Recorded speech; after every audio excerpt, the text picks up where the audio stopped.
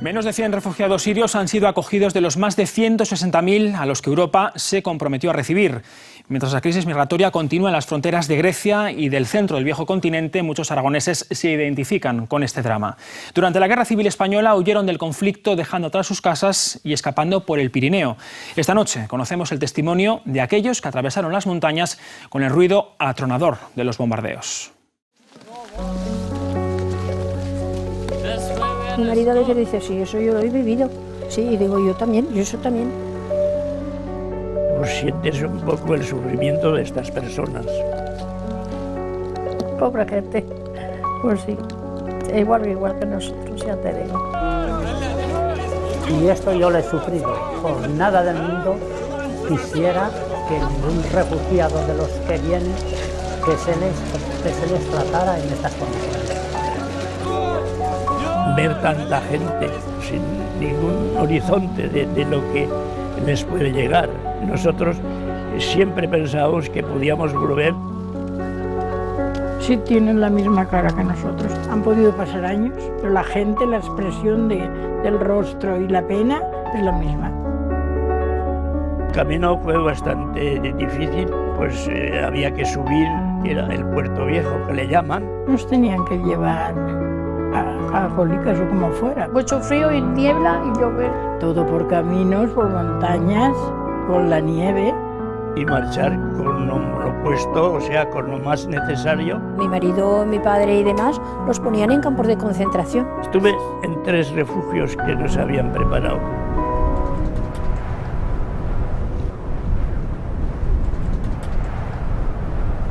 Cómo yo pasé la frontera para encontrarme con mi padre, el cual yo no lo conocía. En este instituto cercano a Toulouse, Francia, Camelia cuenta cómo pasó por la frontera con su familia. Lo hizo escondiéndose ante el temor de la cárcel. Querían reunirse con su padre, republicano, que abandonó el país durante la Guerra Civil Española. Voilà, ¿cuántos años tenía cuando llegó a Francia? ¿Con quién salió de España? ¿Cómo fue la acogida en Francia? ¿Qué recuerdos tiene de España? Responde a las preguntas de alumnos franceses de 14 años. En este centro escuchan las historias de los refugiados aragoneses para estudiar qué ocurrió a finales de la década de los 30. Es un testimonio muy conmovedor. Y que fue un viaje muy difícil y peligroso para hombres, mujeres y niños. Fue una decisión muy difícil porque no sabían cómo serán acogidas.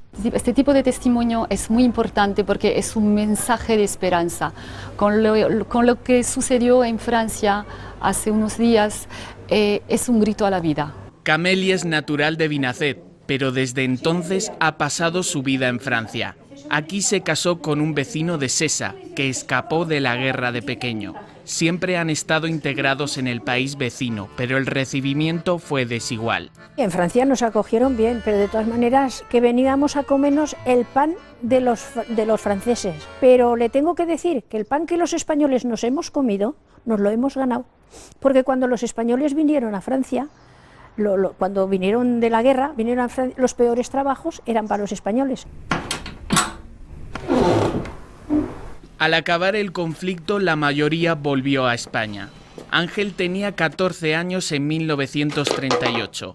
Después de hacer un recado que le llevó varias horas, estuvo a punto de quedarse prácticamente solo. Su familia había decidido marchar a Bielsa ante la llegada de las armas y no podían esperar más.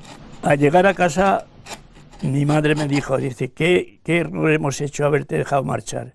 Ya no pensábamos verte más. Eso fue así. Y ya inmediatamente pues carguemos todos los equipajes y ya nos iniciamos la marcha hacia Francia. Igual que cuando nosotros marchemos, esto sí que es igual. No, pero entonces no nos ponían vallas, nos dejaban pasar. Aunque él no lo intuyó en su día, en el viaje le acompañaba la que se convertiría en su mujer 15 años después. María también atravesó el Puerto Viejo, a más de 2.000 metros de altitud. Mi hermano, el pequeño, pues se cansaba y no podía andar porque en el puerto tuvimos que dejar el burro y a cargar con todo.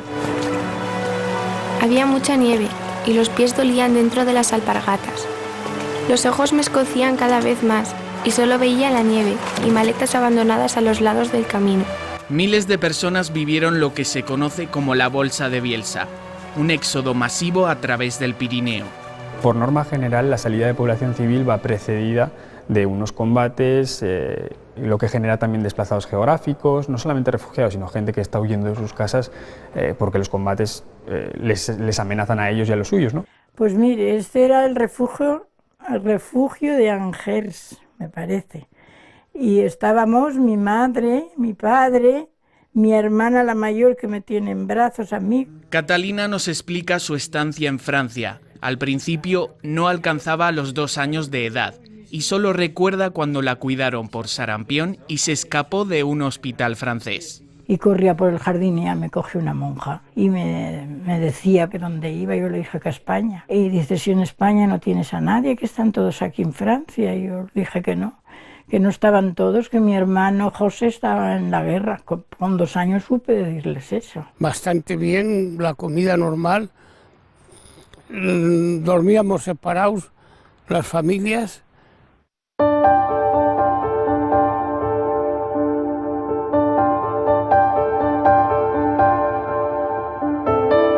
Salen los refugiados para la estación de tren de Luchon para dirigirse ya a los campos de acogida, les Champs de Bergement.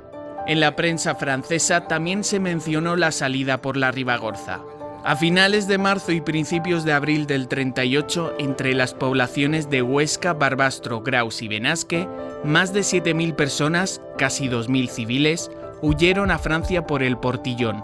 17 de ellos murieron. Con nieve y con el camino previamente marcado por 25 benasqueses que habían subido a marcar el itinerario que habían de recorrer, traspasaron el puerto para llegar a los Pis de Luchón. Yo me he visto como los sirios, detrás de las alambradas. Martín, con 16 años, fue uno de ellos. Presencié que había una señora que estaba dando luz, un tío mío de aquí de Angüés, que se llamaba Antonio Pérez, sin pierna, que también pasó ese día, que tuvieron que hacerle una camilla con 4 barras de... aquello era así, ¿eh? Su mujer, francesa, presenció la llegada desde el otro lado. Y mi padre sacó muchos españoles del campo de concentración. Había 2 españoles allí, los pobres que se quitaban la vida trabajando y no querían nada más que españoles para trabajar. Al cabo de unos cuantos días de calma chicha, avanzando poco a poco, el barco dejó de moverse. ¿Qué pasaba? Son las vivencias de Águeda Mata, aragonesa que contó en este libro cómo saltó el charco hacia México. De día y de noche tendríamos puestos los chalecos salvavidas. La guerra nos había vuelto a encontrar. Cientos de personas, tras pasar por campos de concentración en Francia, fueron a parar al puerto de Marsella. En barcos, partieron desde ese punto en distintos periodos de tiempo. Dejaron a algunos aragoneses en el norte de África, y la mayoría, tras una travesía de entre 38 y 45 días, bajaron en América, sobre todo en México. Primera generación, muchísima endogamia, se casaban entre ellos, entre las familias, iban a los mismos bares, a los mismos bailes, celebraban sus fiestas, sus cumpleaños, crearon sus propias empresas al amparo del gobierno que los protegía para intentar salir adelante. Casi 80 años después, todos ellos reviven sus pensamientos. Y recuerdas que aquello fue muy duro para el que tuvo, para mis padres. Nosotros nos marchamos por un miedo, o sea, por algo que nos podía pasar. No me hace ninguna gracia pasar el túnel y ir a Francia, y es por eso. Ahora se les escucha y que esto no se repita nunca más. Y se les reconoce como testigos de la historia.